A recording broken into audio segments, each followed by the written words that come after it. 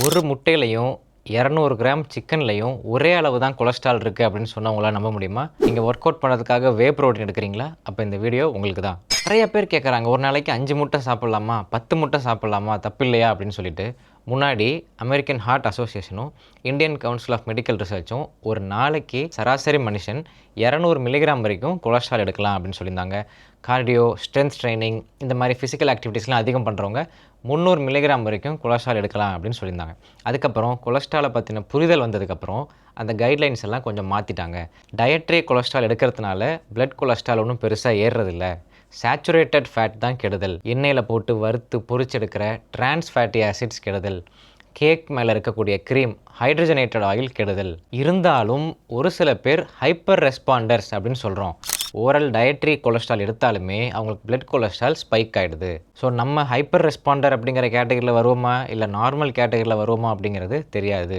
முழு முட்டையில் 180லேருந்து 200 மில்லிகிராம் வரைக்கும் கொலஸ்ட்ரால் இருக்குது. அதே ஒரு 200 கிராம் சிக்கன்லையும் அதே அளவு தான் கொலஸ்ட்ரால் இருக்குது. ஒரு நாளைக்கு 5 முட்டை சாப்பிட்டோம் அப்படின்னா 1000 மில்லிகிராம் கொலஸ்ட்ரால் போயிடுது. ஒரு முழு முட்டை சாப்பிட்டுட்டு வெள்ளைக்கரு மட்டும் அப்படின்னா 5 வரைக்கும் சாப்பிட்லாம், தப்பே கிடையாது.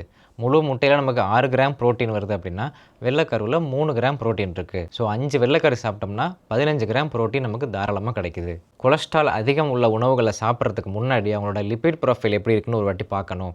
HDL, LDL, ட்ரைக்ளிசரைட்ஸ்லாம் எப்படி இருக்குது, டயட்ரி கொலஸ்ட்ரால் எடுத்ததுக்கப்புறம் ஹைப்பர் ரெஸ்பாண்டர்ஸ் மாதிரி கொலஸ்ட்ரால் அதிகமாகுதா இல்லையான்னு பார்க்கணும். இதெல்லாம் ப்ராப்பராக செக் பண்ணாமல் கண்ணா பின்னான்னு சாப்பிட்றதுனால தான் ஜிம்மில் போய் ஒர்க் அவுட் பண்ணுற நிறைய பேர் இப்போ இறந்துடுறாங்க.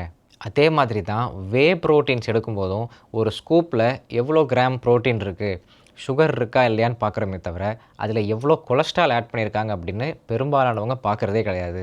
நிறையா இன்டர்நேஷ்னல் பிராண்ட்ஸில் கூட ஒரு ஸ்கூப் வே ப்ரோட்டீன்லேயே 50 மில்லிகிராம் 60 மில்லிகிராம் கொலஸ்ட்ரால் ஆட் பண்ணியிருக்காங்க. பேரே தெரியாத ஒரு சில பிராண்ட்ஸ்லலாம் ஒரு ஸ்கூப்பில் 5 மில்லிகிராம் 4 மில்லிகிராம், ஒரு சில கம்பெனிஸில் 0 மில்லிகிராம் தான் கொலஸ்ட்ரால் இருக்குது.